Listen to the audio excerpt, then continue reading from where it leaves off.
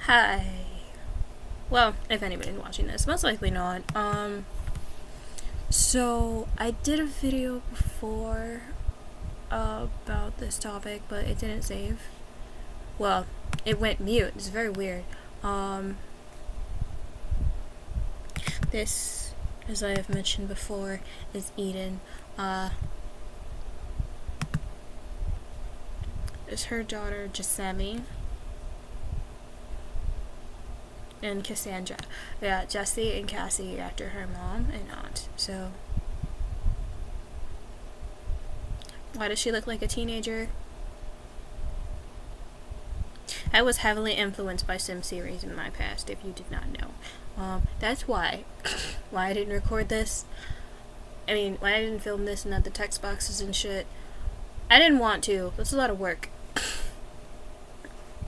I am supposed to be motivated to do that with another character. Her name is Stephanie, but oh my god. So, I'm supposed to be doing story time. Yeah, so this is gonna be, cyber smashing, since, you can't put the F word in the title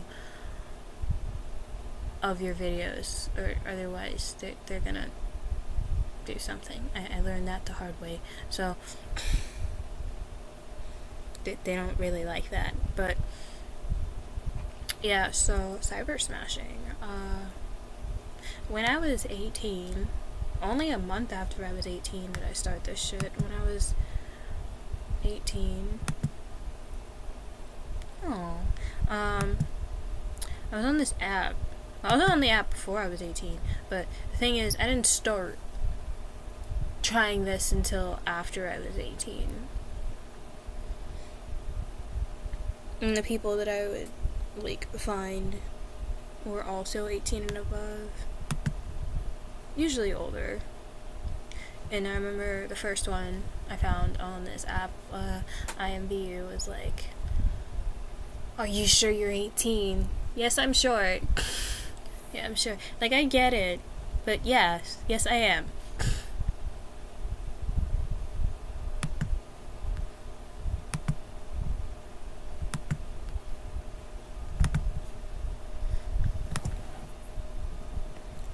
Yeah, so, that's how I first really got into it, and then, that was how I solved my issues. Sorry for whoever, if you can hear that loud-ass car noise in the background, people just can't, not. So, yeah, so, where was I? It really became how I escaped my issues. I would do that with some random person. I remember one time I was so involved, I had stayed up for 32 hours, and then I passed out, and then it's very weird because I knew move around in my sleep, but I remember waking up in front of my computer as if I just hadn't moved. I guess I was so exhausted that I didn't move at all. And I remember seeing the conversations on the screen. I'm like, I was doing this until I passed out. And so at one point I stopped doing it with a particular person because, I figured, maybe if I cut this person off and if I cut off the game, then I'm gonna be fine. I'm gonna be better. I'm not gonna need this anymore. I was big wrong, because then the pandemic hit and everything went bad, and I'm like, I'm gonna download it again because why not? And then I just got immersed in it, and I had so many people and so many, just got so immersed into it. But then I found somebody as well. I can tell you from my discovering D&D story, I found somebody, and by I found somebody, I mean he found me, really, because I was there in my friend's D&D game, minding my own business, and then this dude just really was like flirting with me for a few months, and then the cyber smashing happened, you know? In the server, outside of the server, over the phone. And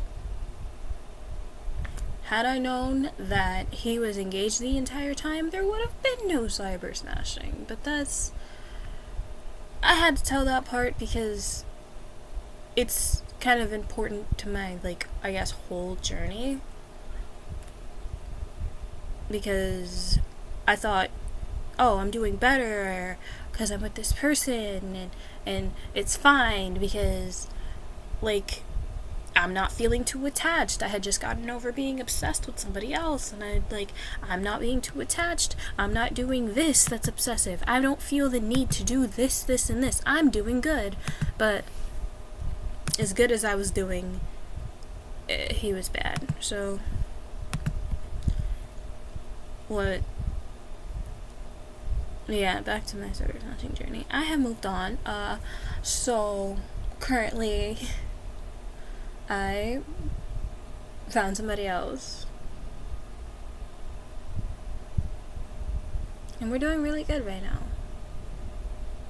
I'm not gonna say that there's no cyber smashing, but it's more than that. Like, before, when I felt like there was something keeping me... If you're in a relationship, or you think you're in a relationship, and you feel uncomfortable saying that you love that person, you don't love that person. Or maybe that's a sign from yourself. Like, hey, don't do this. Something bad's gonna happen.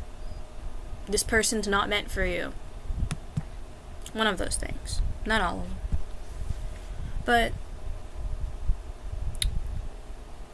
it's very weird, because also, do not ignore the trigger phrase. Do not ignore the trigger phrase. If somebody says the words, "You're too good for me," run. Like, maybe not literally run. Well, it depends. But, like, no, because that means...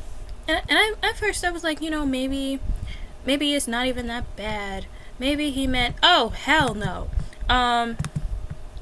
No.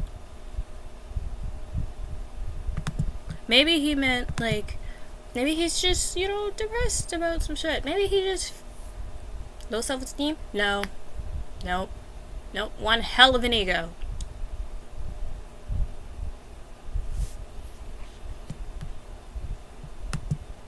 Something was trying to tell me, hey, he's a terrible person. Maybe don't get involved. You're involved already. Okay, well, maybe don't get any more involved, right? And I was just like, it don't even have to mean all of that. It did. Had I should have known better. Don't ignore the phrase.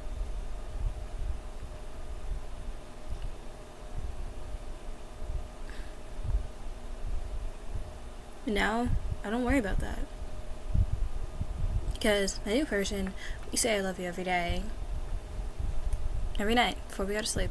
It doesn't matter if we were arguing. It doesn't matter if we had a really good conversation.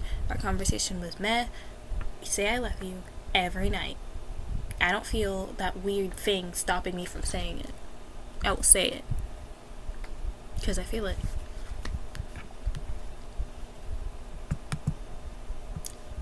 I'm not scared. I'm also not that girl, because back when I was doing a lot of cyber smashing, I just say whatever. Why? I was not me at that moment. I was my alter ego. But they called her Rose. Rose doesn't care about people's feelings. I do.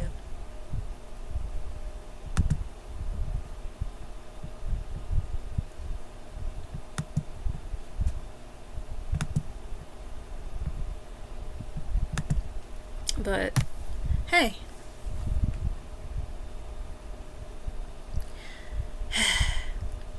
I hope this fucking recorded and it's not gonna be mute like the last time I tried this, because that would suck big time.